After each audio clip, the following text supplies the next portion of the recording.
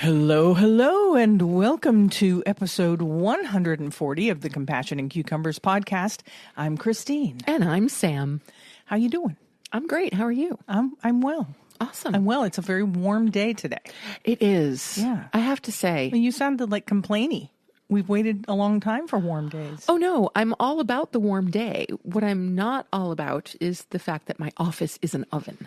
Yeah. And we're not turning the air on. We're not turning our air conditioning on. No, I would like to have just a few weeks where we can open the windows and doors and allow, air to circulate through the house. Oh, yes. I'm all for that. Absolutely. Yeah. But I'm just saying, on campus, my office is an oven. I'm sorry to hear that. It's unpleasant. Yeah, you need a fan or something. Something. Yeah, I'm going to have to figure it out. Yeah. Yeah. Hey, you want to talk about some fun stuff that we did? When do I not? Well, let's talk about some fun stuff that we did. Cool. Was it Friday? Thursday. Thursday, we loaded up the old Compassion and Cucumbers bus and made our way north to the wonderful city of North Tonawanda, New York. Yes, we did. If you're not familiar, North Tonawanda is actually kind of considered a suburb of Buffalo. It's what they call one of the North Towns. Mm-hmm. Yeah. So it's basically Buffalo. I don't know. All the cities, all the little towns around Buffalo are still basically Buffalo. Yeah. They say Buffalo and the North towns are Buffalo and the South towns. Yeah. But anyway, North Tonawanda is a pretty much like a vegan mecca up there. It is, between the vegan grocery store and the vegan center and, of course, Good and Evil. Good and Evil. There's a really nice concentration of vegan activity happening in North Tonawanda. Yeah, Black Heart's Coffee. Oh, how could I forget Little Black Hearts? My Little apologies. Black Heart's Coffee. Yeah, all kinds of great stuff. So what did we do? Well, we started our trek at the vegan grocery store because it's impossible to go to North Tonawanda without a trip to the vegan grocery store. Oh, you have to. Yeah. Yeah, it's required. Exactly. It's a moral imperative to go to the vegan grocery store. It's definitely a moral imperative. Yes.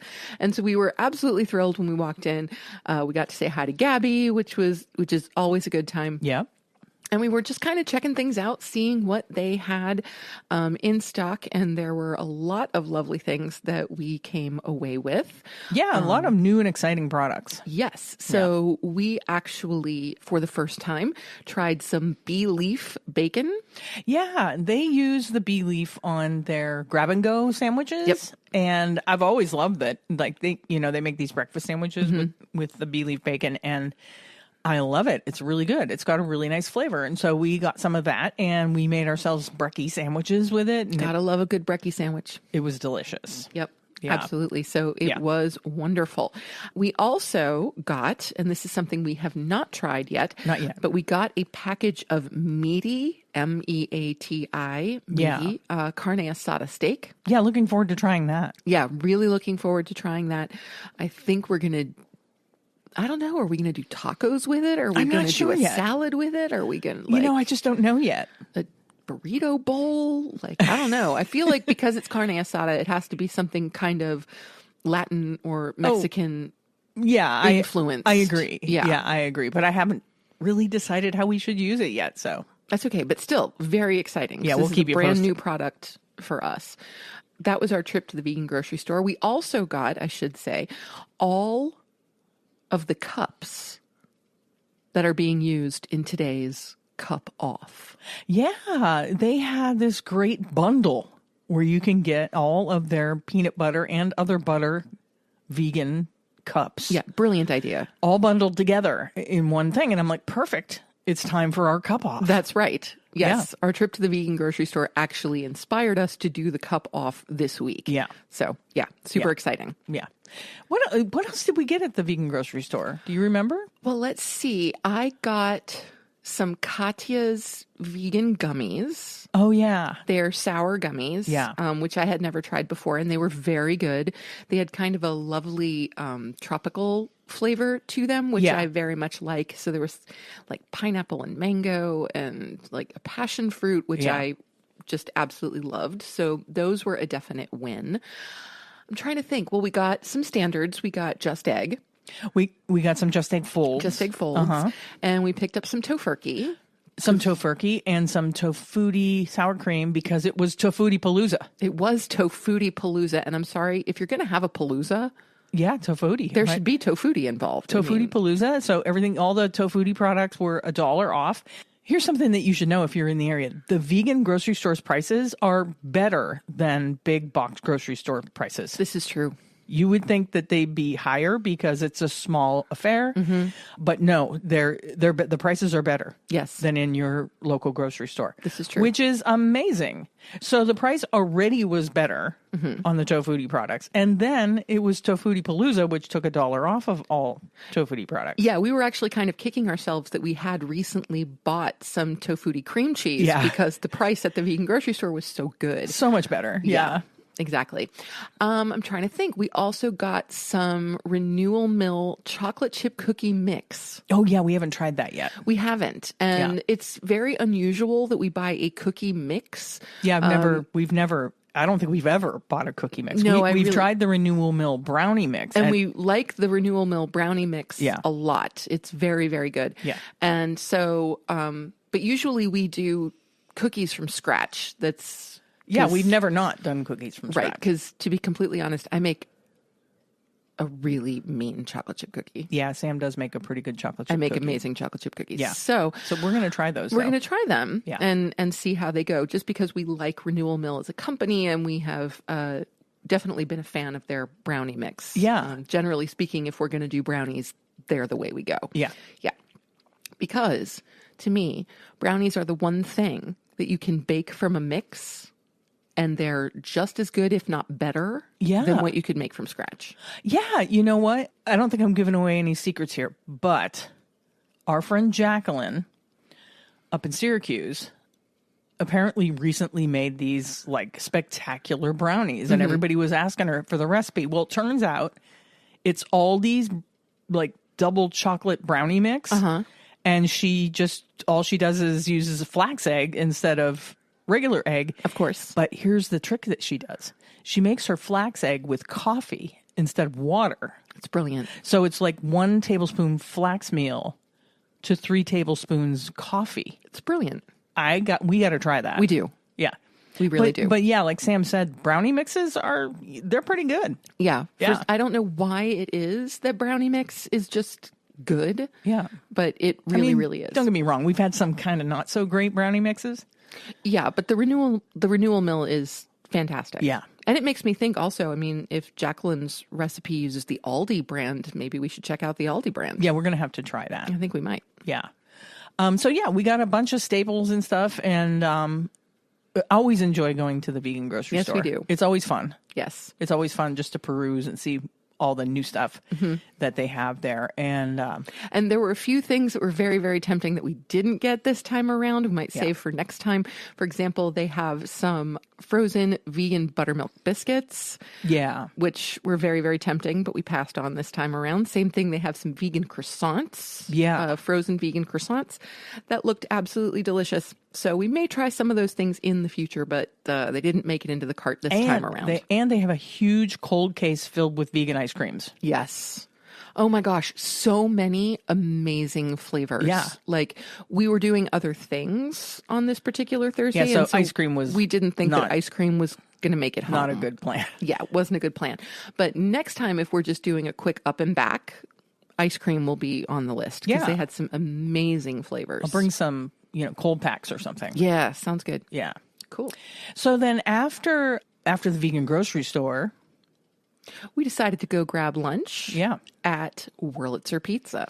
Yeah, Wurlitzer Pizza, which is not far from the vegan grocery store. Nope, right around the corner, really. And has an extensive vegan menu. Yeah. I'm going to go get the menu. Okay, go for it. A few moments later. Okay. Now, the cool thing is, a lot of these, it's house-made stuff. It's not just like frozen vegan stuff. Right. So when we're talking about Wurlitzer Pizza, and those of you who have been listening to us for any considerable length of time, we've done a couple of different reviews on Wurlitzer, and they are always spectacular. But it's been a long time since we've been there. It has. It's been over a year since we've been there. Yeah. So what we absolutely love about them is not only that they have a pretty tremendous vegan menu, but that also in their kitchen, there is dedicated space for vegan food preparations. So there's no cross-contamination whatsoever. But also all of their vegan proteins. So we're talking about pepperoni. We're talking about Italian sausage. We're talking about chicken. We're talking about bacon. They're all house-made.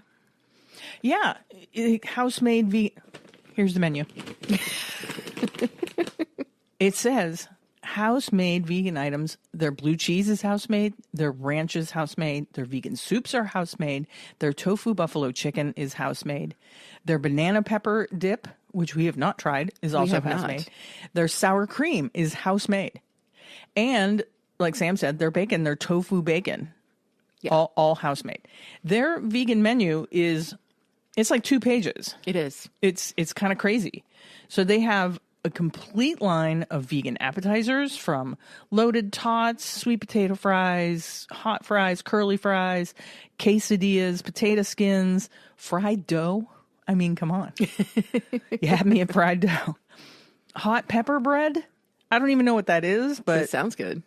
Pretzel sticks, deep fried Oreos. It doesn't sound so much of like an appetizer as a loaded nachos, and they have garlic breads, all vegan. You can get it with cheese, with spinach, with tomato. You can get garlic bread strips with vegan mozzarella and red sauce. You can get stuffed banana peppers. Yum. Sounds good, right? All the things. And then they have a full menu of subs and wraps, and then a full menu of sandwiches. And then a full menu of pizzas. And when I talk about a full menu, I'm telling you, this is a whole page of different vegan pizzas. Yes. Right? So you can get just a vegan cheese pizza. You can get their deluxe veggie pizza. That's kind of self-explanatory. We've done that one before. You can get their white pizza. You can get their dill pickle pizza, which we have not tried, but I feel like we need to. They have a vegan cheeseburger pizza. Also, we have not tried. A Mediterranean. We've done the Mediterranean. Buffalo chicken, which... We've done the buffalo chicken, rocks. And I think that's my favorite so far. They have a vegan pepperoni pizza, stuffed banana pepper pizza, a supreme pizza, a taco pizza, a chicken ranch pizza, the Whirly Mac, which I'm assuming is like a Big Mac kind of pizza, and the Nashville Spicy, which... That sounds really good. It's got a garlic oil base, pickles, Nashville sauce. Oh, Nashville sauce covered tofu, vegan mozzarella topped with house-made coleslaw. Yum. A pizza with coleslaw. Coleslaw. Because this is some really inventive stuff. I'm a sucker for a good slaw. Yeah. And then they also have vegan wings and like vegan chicken fingers and all that stuff. Yeah. It kind of blows your mind. Yeah. So if you're really jonesing for like classic pizzeria style food, pizza shop stuff, Wurlitzer is the place to go. Yeah. In the Buffalo area. Yeah. If you ask me, they are absolutely phenomenal. Now, this time around, we tried their vegan chicken ranch pizza. Yeah. And it was spectacular. Yeah. We had them add the tofu bacon on. Yep. We did have them add some tofu bacon to really that pizza. It was outstanding. Again, I still think the buffalo chicken pizza is my favorite. Yeah. That tangy and creamy combo, kind of the buffalo sauce against the ranch base is perfect. I could have swore that we tried the dill pickle pizza once. I don't think we did. We had a slice of dill pickle pizza at a Veg Fest. Oh, maybe that's what I'm thinking of. It might have been from Wurlitzer. Maybe. Well, here's another thing. Their crust is super good. Oh my gosh. Super flavorful. Yes. And I mean, even for like kind of traditional pizza, which is not specifically vegan, the flavor of crust can be an issue. It can be a make or break. It really can. If the crust is tasteless or dry and, I don't know, just not crusty enough, it can really make or break a pizza. Well, I mean, just like a week and a half ago, so this is before our Wurlitzer expedition, Christine had mowed the lawn one day and, the lawn kind of kicked her butt.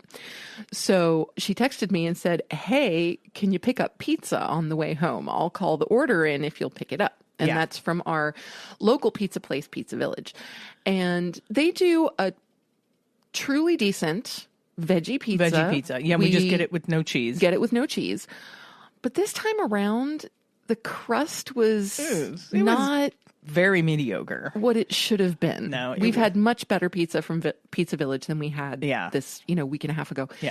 And so when we got to Wurlitzer and we got the vegan chicken ranch pizza and it's sitting there in front of us and we take that first bite, we're both kind of like, oh yeah. Okay, now this is pizza. Is pizza. Yeah. Yeah. This is pizza done the right. real deal. Mm-hmm. Done right. So once again, 5 stars for Wurlitzer Pizza. If you're anywhere in the Buffalo area and you're jonesing for a pizza, it's the only place to go. Seriously. It's really good. So good. Really good pizza. So then, the idea was we better get lunch because we were headed to Trader Joe's. And Trader Joe's on an empty stomach is a bad idea. Yeah, it was bad enough that we went to the vegan grocery store on an empty stomach and everything looked good. This is true. But it's like we can't go from here to Trader Joe's without having something to eat, or we're just gonna buy out the store. It's true.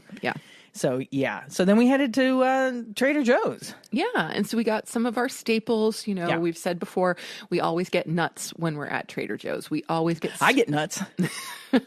We always get spices when we're at Trader Joe's. Yeah.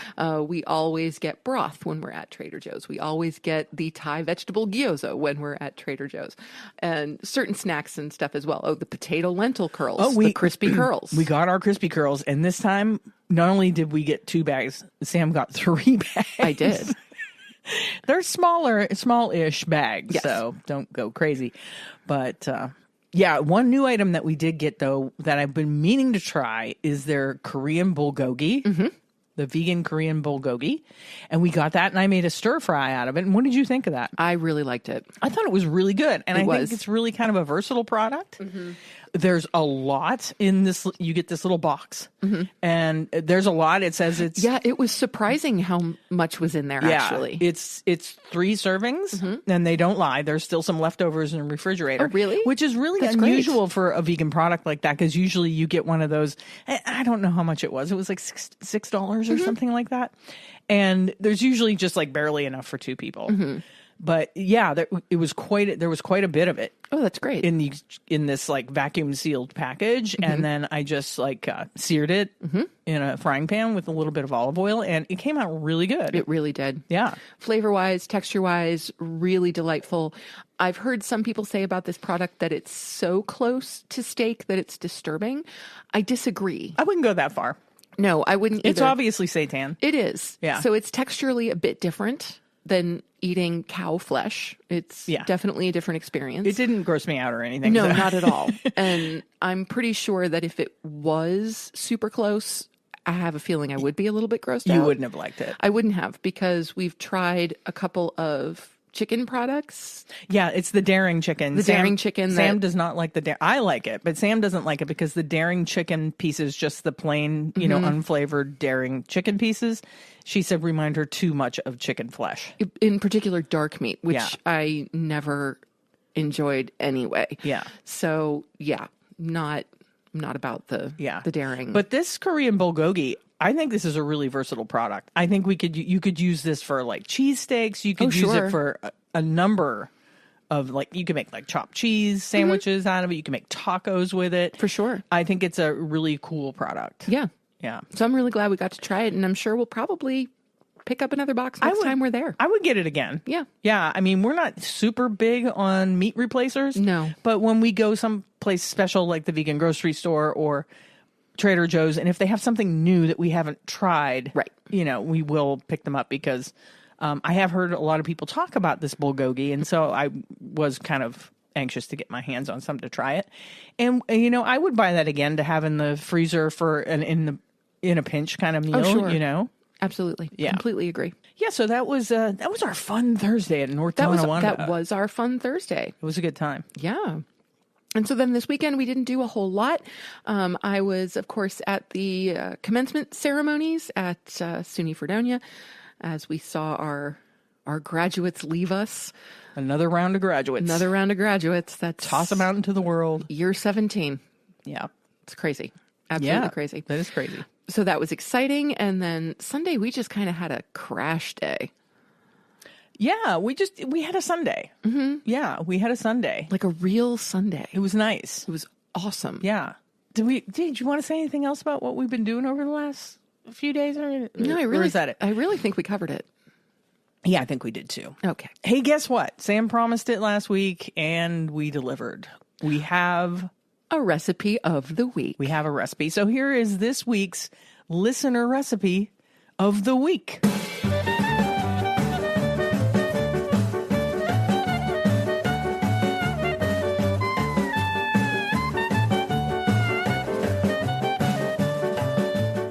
Now, I don't know why we're really calling it of the week, because that insinuates that we have one every week. But let's just say we've gotten off track. Yeah. And we need to get back on track. And also sometimes I just want to leave room for other things. That's fine. You know?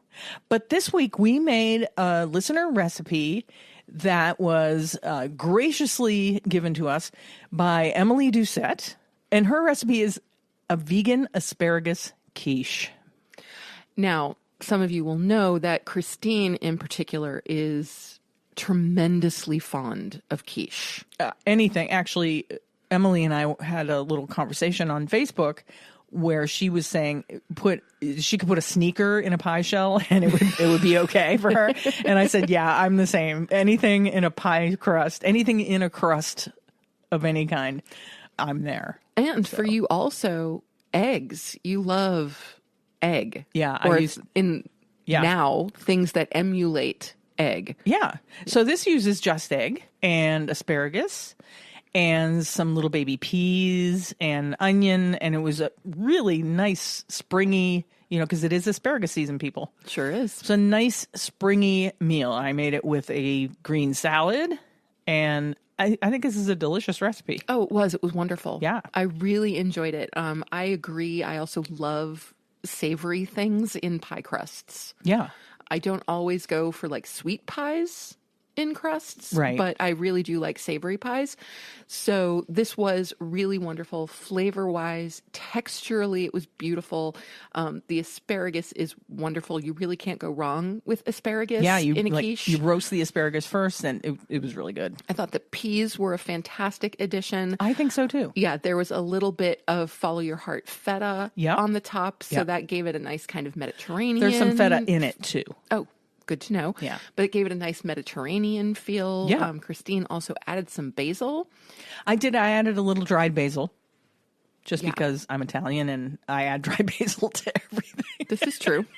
This is pretty much so true. I may have tipped it from the Greek realm into the Italian realm just a little bit. But it was absolutely fantastic. Yeah, it was delicious. Mm-hmm.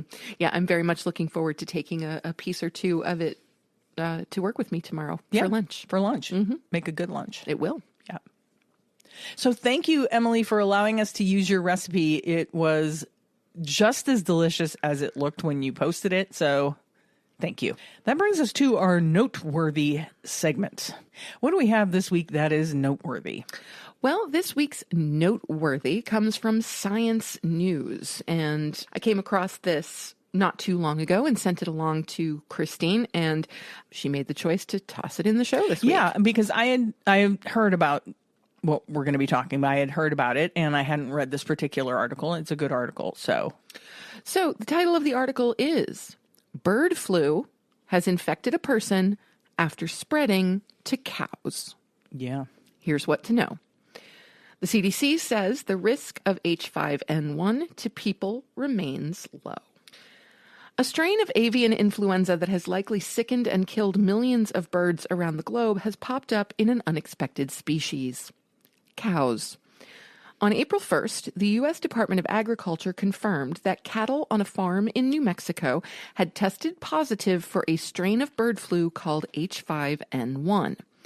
The news followed a March 25th announcement that officials had detected the virus on 2 dairy farms in Kansas and 2 Texas farms. The virus was also detected in a Michigan herd that had recently received cows from Texas, the USDA reported on March 29th. 5 additional herds in Texas have tested positive, and an outbreak in Idaho is presumed to have been caused by H5N1. A person exposed to cattle on one of those Texas farms has tested positive too, becoming only the second person in the United States ever documented to be infected with H5N1, the U.S. Centers for Disease Control and Prevention reported April 1st. The individual has been treated with an antiviral drug for a single symptom, eye redness. It's unclear how the cows were affected, although consuming wild bird excrement is a possibility. The person was probably infected while in close contact with the cows. Most people fall ill with H5N1 only after close contact with infected animals, typically poultry, and these infections can be mild to deadly. Right now, the CDC considers H5N1's risk to people to be low, but milk from infected cows should be thrown out before reaching our food supply, the USDA says. Pasteurization would kill the virus, so it should not spread through the country's milk, the agency said. While less concerning for humans at this moment, the virus is particularly lethal for poultry, resulting in the culling of millions of farmed birds. And it has also proved dangerous for myriad other animals since it began sweeping the globe in 2021.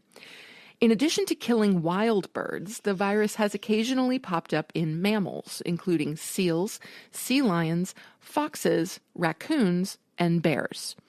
Now cows have joined the list, showing symptoms such as reduced milk supply and decreased appetite. Cows were not high on the list of animals that could get infected, says virologist Andrew Pickles. But polar bears were probably not high on the list a few years ago, and we've seen a number of polar bear infections. To understand what it means that bird flu has jumped to yet another new animal species, Science News spoke with Pickles of Johns Hopkins Bloomberg School of Public Health. The conversation has been edited for length and clarity. I'll be the questioner, but first I would like to preface this with note. John Hopkins is now called John Hopkins Bloomberg. I don't know if any of you are aware, but Bloomberg is putting his money everywhere. And that's not a good thing. No. But okay, that's a story for another day. It is. So I'll be asking the questions, and Sam will respond as Mr. Pickles. What have you been keeping an eye on during this bird flu outbreak? Since around 2022, H5N1 outbreaks have really increased in terms of their size and in the number of bird species that are being infected. That was always worrying scientists because those kind of massive increases in numbers of infected waterfowl eventually means that there's going to be a greater chance of that virus spilling over into other animal species. In fact, we've been seeing that consistently across the globe. A number of different animals have been infected with H5N1. We don't have real strong evidence that H5N1 has been transmitted between mammals, but that's really the critical thing that scientists have been looking for. That would be a real warning bell if we saw mammal-to-mammal transmission. What does it mean that the virus appears to be infecting cows and that one person got sick? The most recent human case of H5N1, while rare, is probably not surprising to scientists. It sounds like this individual was in close contact with an infected cow and ended up contracting the virus as conjunctivitis, an infection of the eye, which is something that's fairly common with avian influenza viruses when they infect humans or other mammals.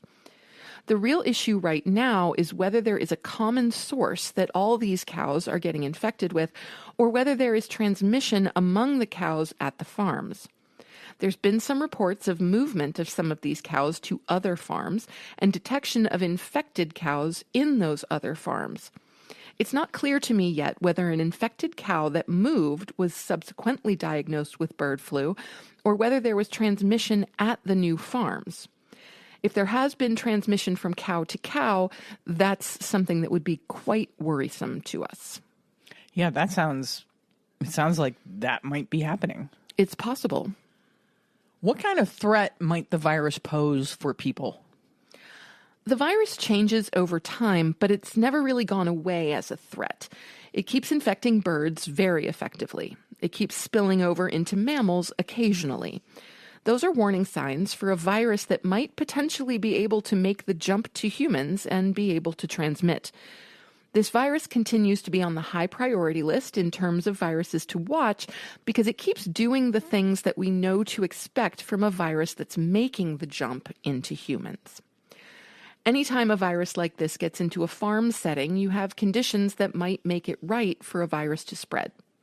Cows are usually kept fairly close together in indoor spaces for large periods of time. Those kinds of conditions are ripe for spread of viruses. Every time you get an infection in a mammal, there's a slightly greater chance that the virus will mutate in ways that help it better replicate in mammals.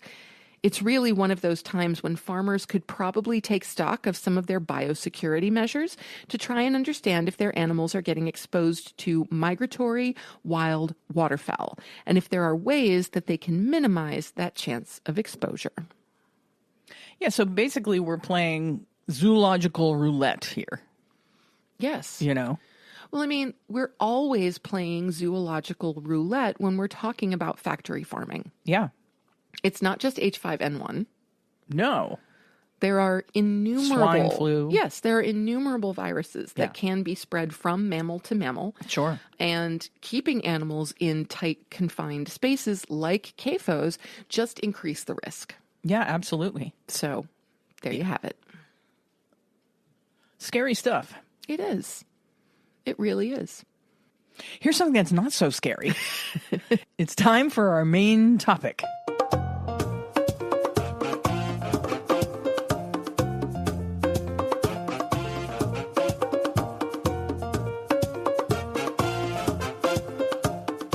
This week's main topic is Vegan peanut butter cup off. Now, this cup off is not all-encompassing. There are some cups that we couldn't get our hands on. Yes. The Justins, for one. Yes, Justin's we could not get our hands on, and we could also not get another favorite of ours, Chomp Nut Pucks. The Nut Pucks. We were not able to get Chomp Nut Pucks in time for this cup off. Yeah, so this cup off is not all-encompassing, and we may have future cup off. Yes, it is not comprehensive. No, it is not a comprehensive cup off. Like, we might have to take the winner of today's cup off and then put it against Justin's and Chomp. Right, like that. It'll be like a showdown. Yeah, I like it. Okay. Yeah. Which one should we try first? Well, I say let's try the Unreal Dark Chocolate Peanut Butter Cup. Crinkling of the package. Just so you know, we're not faking this. Oh, we are definitely not. Okay. All right. Okay, so these are dark chocolate. Yes, very much so. We have to take that into account. The chocolate, the Unreal Dark Chocolate is really good. It is. It's a very, very good dark chocolate. Not too bitter, not too sweet, kind of in that perfect flavor range. Now, also, it's going to be a little bit challenging for us to assess kind of creaminess of the chocolate because these peanut butter cups have been in the fridge.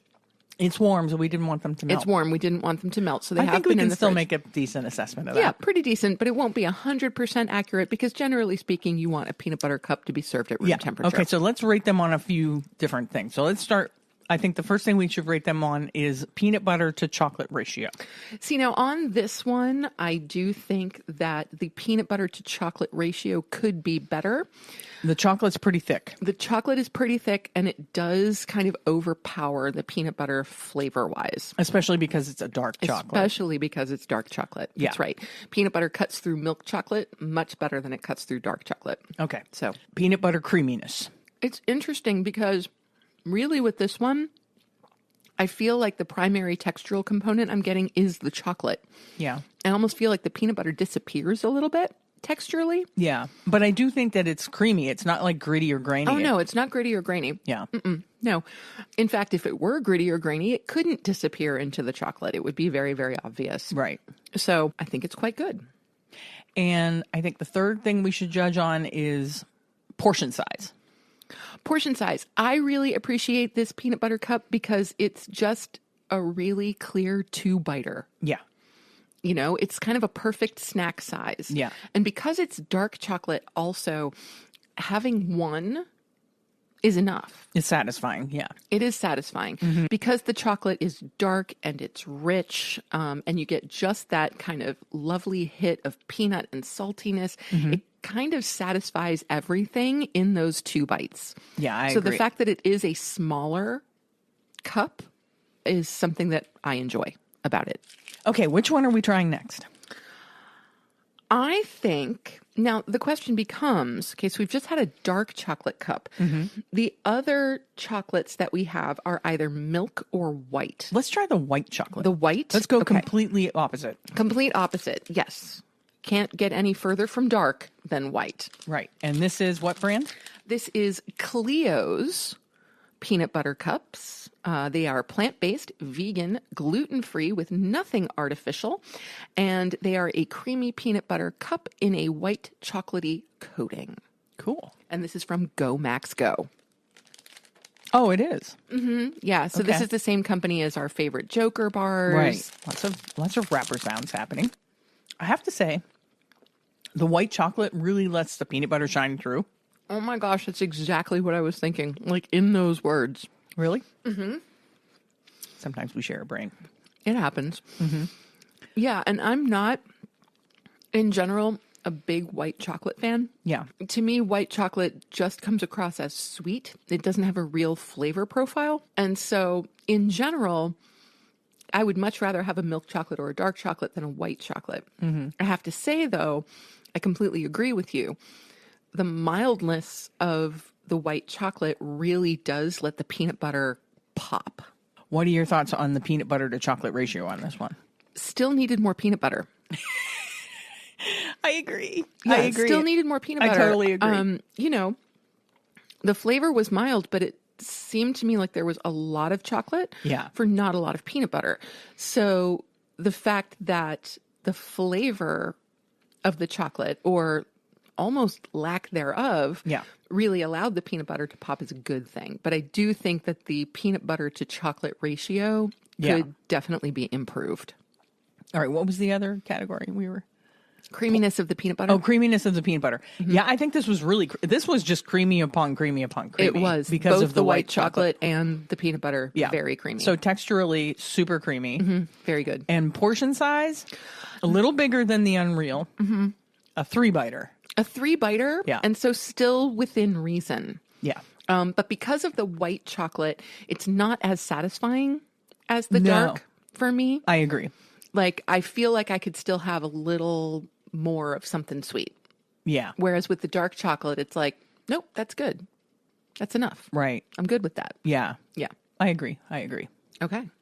Which one are we trying next? Well, since we're on Clio's, I think we should stick with Clio's. Okay. Because we now have Clio's creamy peanut butter in chocolatey coating.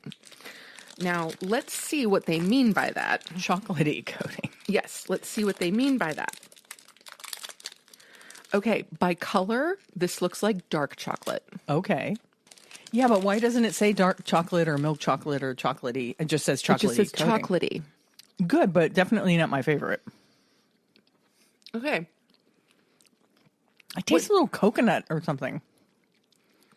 Oh, that's almost to be expected. Maybe it's the coconut oil that they use. Probably. Hang on. I'm looking at the ingredients. Okay, there is no coconut. Really? What am I tasting? I don't know. So the ingredients in these are, number one, cane sugar, peanuts. They are dry roasted, palm kernel oil, cocoa powder, salt, and sunflower lecithin. Maybe it's the sunflower I'm Could tasting. be. First thing, the peanut butter chocolate ratio on these, no good. No bueno. There's just this thin little ribbon of peanut butter in them. They're good. Creamy. Yes. Very creamy. Oh, very creamy. Yeah. Texturally, these are actually fabulous. And I think texturally, they might be my favorite so far. So far. But here's the thing. Talk about being creamy upon creamy. Yeah. There wasn't a flavor that stood out to me. So like in the first one, in the Unreal, the chocolate overpowered the peanut butter. Right. In the Clio's White, the peanut butter knocked the socks off of the white chocolate. Sure. In this one, I feel like there was a really unified experience of flavor where I didn't really get chocolate and I didn't really get peanut butter. I agree, totally. It was a mix of the two. Yeah, and that's why I'm like, is it coconut? But I think it's just the combination of the peanut with the sunflower oil or whatever Maybe. that was just kind of giving it this nutty flavor, but not peanut butter, not chocolate. Right. Interesting. Yeah. So this flavor's a little more nondescript. Yeah. Good. Creamy. I wouldn't turn it away if somebody handed me one. No, of course not. Yeah. No. But as you said, flavor-wise, I really do think right now, texturally, that's my favorite one so far. Flavor-wise, definitely not. Okay. But again, we're finding some really creamy peanut butter all the way through. Yeah. Which is really nice. And serving size on this one, very similar to the last one. Pretty much identical. Yeah. So when we're like talking a 3 about... biter. Yeah. So essentially when we're talking about a 3-biter, that's really a standard Reese's cup. Yeah. Yeah. The Very Unreal... similar. Yeah. The Unreal are a bit smaller. Yeah, and that could be because these are the individually packaged Unreal, so maybe they are a little bit smaller. But so far, in my brain, the Unreal is ahead. Okay. Yeah, I can agree with that. Yeah. I can totally agree with that. All right. Based solely on the fact that there's a distinct chocolate and a distinct peanut butter. Yes, you get both flavors very, very clearly. Yeah. It's not an either or. Right. Right. All right. Now we have one more peanut butter cup. Yes, and to we have a evaluate. couple that are different nut butters. Yes, but I don't think we should actually do those as part of the peanut butter cup off for a couple of reasons. Okay. Number one, they're not peanut butter. Number one, they're not peanut butter, but number two, that's way too many cups to eat in one sitting. I know, we might get sick. Yeah. Okay. So I'm going to suggest that we have like an alternative cup off. Okay. For like nut butter cup off. Almond butter, cashew butter. Yeah. Sunflower seed butter, those kinds of things at another time. Okay. So we'll save those. All right. Does that seem reasonable? Sure. Okay, cool. So our last contender in the peanut butter cup off are Seventh Heaven oat milk peanut butter cups. Okay. I'm just checking the ingredients real quick before I tear into the package. There is some coconut in this one. In the form of oil or actual? Both coconut oil and ground coconut. Oh, interesting. Interesting. There is, however, and this is a wonderful thing, no palm oil. Way to go, Seventh Heaven. Now, just opening the package, I have to tell you, these clearly read as milk chocolate. The color is distinctly different from either the Unreal or the Clios. Okay. They're much lighter in color. These look like a Reese's peanut butter cup. They do, and we've had these, and we talked about having these recently. But I'm not going to let that color my decision. No, of course not. What do you think? Well, it's funny because the first time we tried these, I didn't get any coconut at all, and I don't know if it's subliminally been, well, not even subliminally. I don't know if it's the power of suggestion or what, but I do now taste a little bit of coconut. Tiny hint of it in the chocolate. Yeah, a little bit.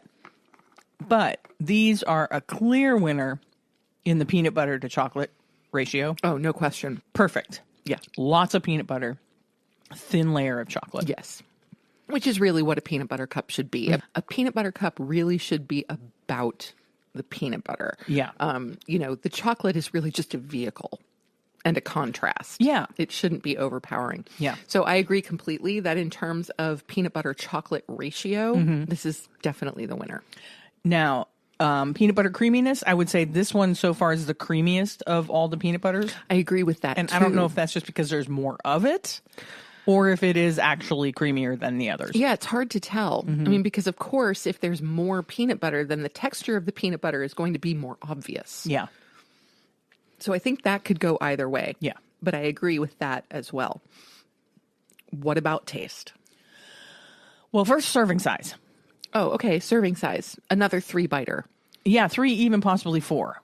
This is the biggest of all the cups we've had, I think. I actually think it's identical to the Clios. Do you really? Really, yeah. They seemed a little bigger to me. No, to me they were exactly the same. Maybe it's just because I've had too many peanut butter cups. That could be. That's not out of the realm of possibility. Look, we're doing this so you don't have to. That's right. Yes. This is the most peanut butter cups either of us have ever had in one sitting. It's terrible. I just have to tell you right now, I probably will not sleep tonight. I was just thinking the same thing. From the caffeine the and amount the of chocolate. caffeine in the chocolate. But taste-wise, I think they knocked it out of the park. I do love these peanut butter cups. Yeah. Absolutely. And I agree. You can taste a slight hint of coconut. I didn't the first time we tried them, but I think it's just because I didn't know it was there. Maybe. I don't know. But I like that slight hint of coconut. Yeah. I don't know why exactly, but it's almost like it amplifies the peanut butter even more. Yeah. For me. So as an overall, if I had to rank these right now, Which is what we're doing. Yeah. I would put the Seventh Heaven at the top. I too. Here's how mine goes. Seventh Heaven, Unreal, Cleo's White, Cleo's Dark. We're very close. I would go Seventh Heaven, Unreal, Cleo's Dark, Cleo's White. Oh, okay. Yeah, just because the sweetness of the white chocolate without there being a real flavor profile. A little too sweet for you? It's a little too sweet for me. Yeah. Yeah. So the Cleo's White is a little too sweet. I like a slightly more bitter contrast to peanut butter. Sure. So I appreciate the dark chocolate cups. Yeah. But even though the Seventh Heaven is oat milk and not a dark chocolate, like they're very clearly marketing it as a milk chocolate. Milk chocolate, yeah. It's fantastic. It really is firing on all cylinders, and it is truly the most reminiscent of a Reese's peanut butter cup. Yeah, I would agree. Yeah. So if you're seriously jonesing for a Reese's peanut butter cup, Yeah. Seventh Heaven is the closest thing so far. Yeah. Yeah. And you don't want to support Hershey's Right. by buying their plant-based peanut butter cup, which we do not. We don't. We want to support these small, fair trade companies. That's right. You know, Seventh Heaven is women-owned. Sure is. So we would much rather support those companies Absolutely. than somebody like Hershey's. So for now, cup off round one. Seventh Heaven is the winner. Seventh Heaven takes it, and we'll move on to the next round. We will. Yeah. Yeah. So once we get our hands on some Justins and we get our hands on some Chomp Nut Pucks, Yeah, we'll do we'll elimination round. do an elimination round. Yeah. Sounds good. Yeah. Love it. Yeah, so that was the vegan peanut butter cup off. Hope you enjoyed that. I hope hopefully I will edit out all the mouth sounds because that can be kind of gross for people. Well, yeah, you know. And the crinkling is fine. We'll leave the crinkling in just so that you know we were actually eating 4 peanut butter cups, which is too many peanut butter cups. We do not recommend eating 4 peanut butter cups. I'm in actually one glad sitting. we don't have Justin's and the Chomp ones because, 6 peanut butter cups. Well, because is also Justin's too are many. dark chocolate as well. So Right. that is in and of itself enough. But then the Yeah. Chomp Nut Pucks are big. Yeah, they are big. They're big. Yeah. They're like at least twice the size of a normal Really, peanut butter twice? cup. I don't know. Yeah. I don't know if I can go that far. Yeah. But they're big. They're But they're definitely big. bigger So than the ones we've tried today. We'd be in trouble if we were doing any more right now. Whew. Yeah, that's too many nut pucks. I mean, too many peanut butter cups. Like I said, we do the hard work so you don't have to. That's right. Hey, it's time for our new segment. It's time for Assignment Restaurant SOS.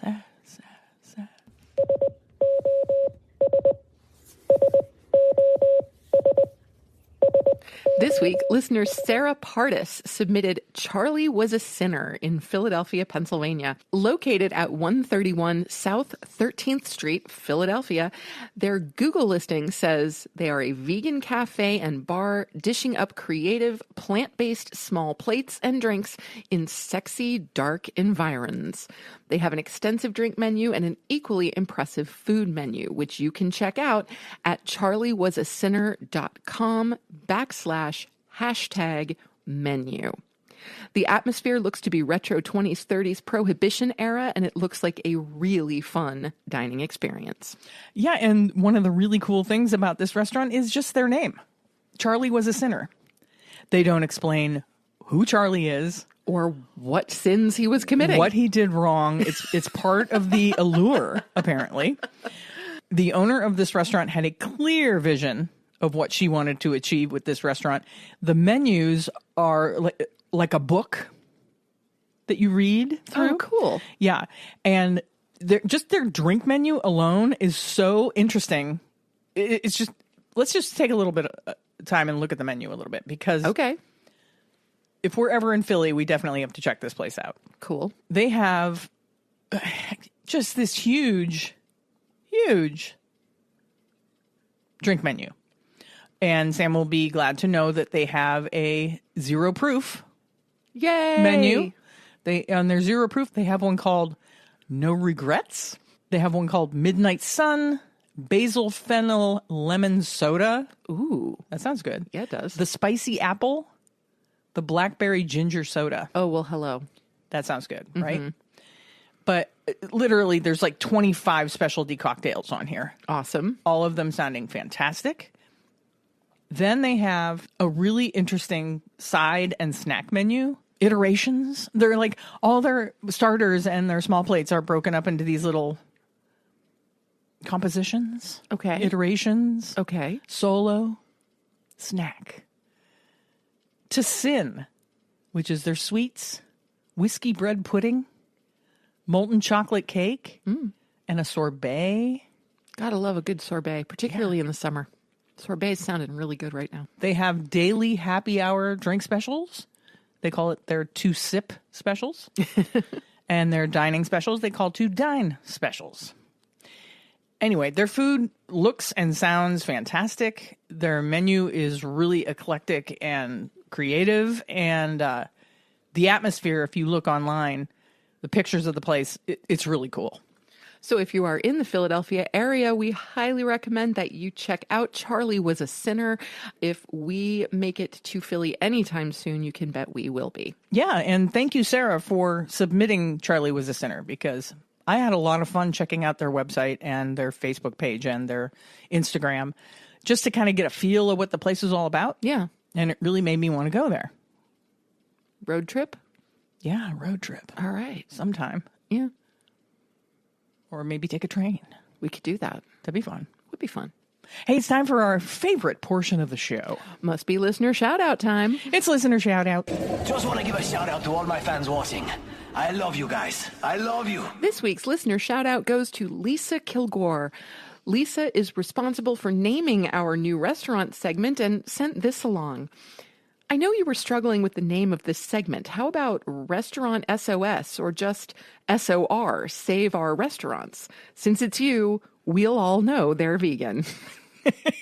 Which is a really good point, Lisa. It really is. I was always including vegan, but, you know, I guess you would know. By now. Yeah, that if we're talking about a restaurant, chances are it's vegan. Thanks for listening, Lisa. Yeah, and send along your t-shirt size and address so that we can send you a Compassion and Cucumbers swag bag. You can either text that to us by clicking the link at the top of our show notes.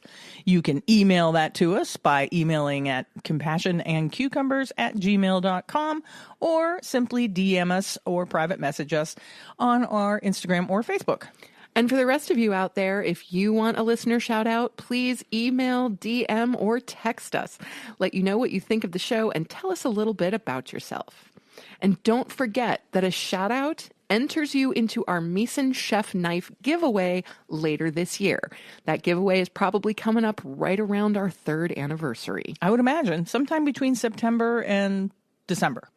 That brings us to our Vegan Org of the Week. This week's Vegan Org of the Week is Animal Rights Initiative. ARI is a pioneering 501c3 organization dedicated to ending animal suffering through a multifaceted approach of pressure campaigning. They combine government, community, and corporations to achieve their goal of complete animal liberation within our lifetime. Based in the United States with chapters in Hawaii and Washington, they believe it is necessary to fight for animal liberation from human oppression because we are all animals, and compartmentalization of cruelty of any kind provides rationalization for cruelty to all kinds. We cannot achieve peace for human beings until we are kind to every being. To learn more about the Animal Rights Initiative, please check out their work at animalrightsinitiative.org. And it's time to wrap this baby up because, I am on a sugar high. We got to get out of here. I gotta go run around the block. Oh, it's going to be a long night, folks. Just a couple of calls to action for you. Per usual, we are asking you, imploring you to join the Agriculture Fairness Alliance's Vegan Voter Hub. We always put the link in our show notes, so please click that link and join the Voter Hub. Please subscribe to our show on your favorite podcast app and on our YouTube, and leave us a review and a rating. And text us show ideas, recipes, cookbook recommendations. You know, you just want to say hi, send us a text, let us know you care. And with that, it's time to sign off. You have just listened to episode 140 of the Compassion and Cucumbers podcast, and there's nothing left to say but where cukes and compassion are always the fashion. On the podcast. Thanks, James. Have a great week, everyone. We'll talk to you next Tuesday. We love you. Bye-bye. Too much sugar. The end.